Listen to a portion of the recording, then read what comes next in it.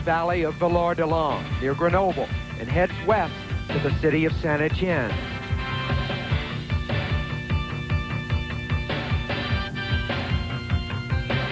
Downhill at first, the terrain flattens out before bringing the riders to a climb into Saint-Etienne, but the last 10 miles are steeply downhill.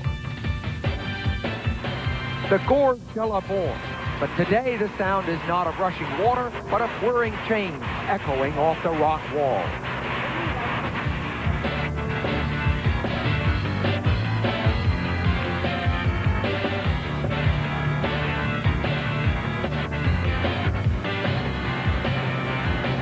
With 25 miles to go to Saint-Etienne, a breakaway forms of 14 riders. Greg LeMond sees his chance and moves into the lead. Along with him, Eric Breukink and Andy Hampsten.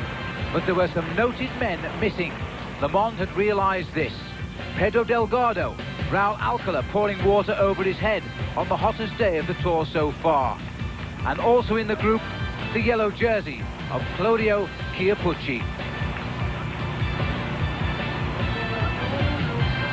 Tour de France has searched for a chance to attack the yellow jersey.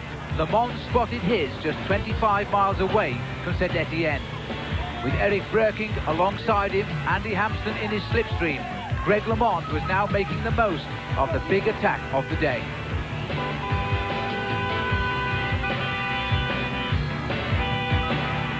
Pedro Delgado, a born climber, waits until the start of the climb of the Col de la Croix de Chauberey. His deficit 2 minutes 2 seconds on the Greg LeMond group.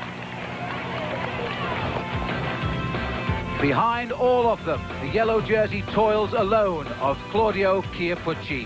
His deficit over 3 minutes. Towards the climb summit, Eric Breukink, Greg LeMond, Andy Hampsten. This group of 14 now down to just 5 men.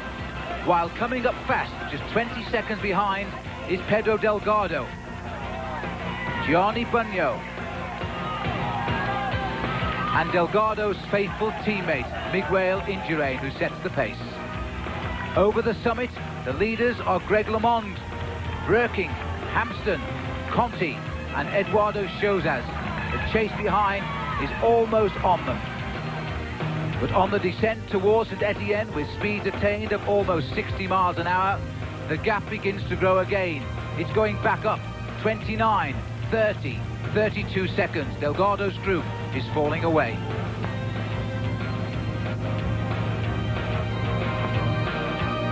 On a strange day when opportunity dictates the race, Claudio Chiappucci was in danger of losing the race lead. At the finish in Saint-Etienne, Eduardo Chozas, second in Geneva, tries for the victory. Hampsten chases. Breukink is third. LeMond, his time gains more important, waits at the back.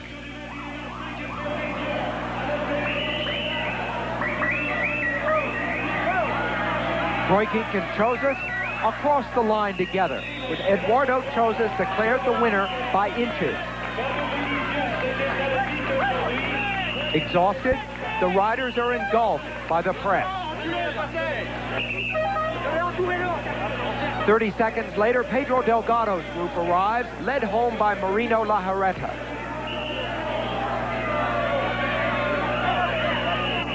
Meanwhile, the race's leader is still coming into town.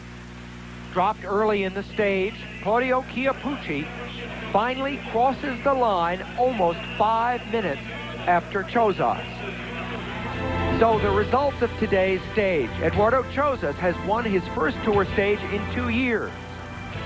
But by finishing with the leading group, Greg LeMond moves into third in the overall standings, 2 minutes 34 seconds behind Chiappucci. How important, though, was it for you to win this stage? I don't even think about winning this stage. I'm thinking about winning the Tour de France. So what about tomorrow?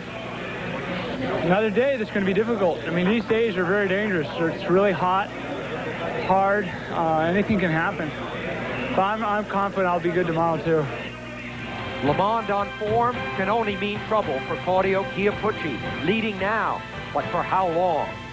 Andy Hampsten, a major talent who came alive in the mountains and suddenly finds he likes the view from up front. Eric Breukink leading Le Mans, a man who may be tough to pass. And Pedro Delgado, he trails Le Mans, but Greg may fear him the most.